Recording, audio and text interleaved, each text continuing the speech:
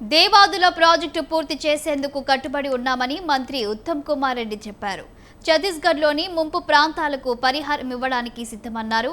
భూసేకరణపై జిల్లాల కలెక్టర్లు త్వరగా చర్యలు చేపట్టాలని సూచించారు. కాళేశ్వరం కమిషన్ నివేదిక చూసి నిర్ఘాంతపోయామన్నారు. గత పాలకుల అవినీతి అసమర్థత వల్లే కూలిపోయిందని కమిషన్ చెప్పిందని విమర్శించారు. తుమ్మిడిహట్టి వద్ద ప్రాజెక్టును కట్టి తీరుతామని మంత్రి ఉత్తమ్ స్పష్టం చేశారు. అంతకుముందు మంత్రులు భట్టి, ఉత్తమ్ ములుగు జిల్లాలో పర్యటించారు. ఈ సందర్భంగా దేవాదుల పంపు హౌజ్ పరిశీలించి పనులపై సమీక్ష నిర్వహించారు. అనుసంధానం విషయంలో ఆ ప్రాజెక్టుని మేము కేంద్ర ప్రభుత్వం చేపట్టమంటున్నాము ఇచ్చెంపల్లి దగ్గర. అదేవిధంగా అది కాకుండా ఇచ్చెంపల్లి దగ్గర వరద కూడా నేనే లిఖితపూర్వకంగా ఇచ్చిన.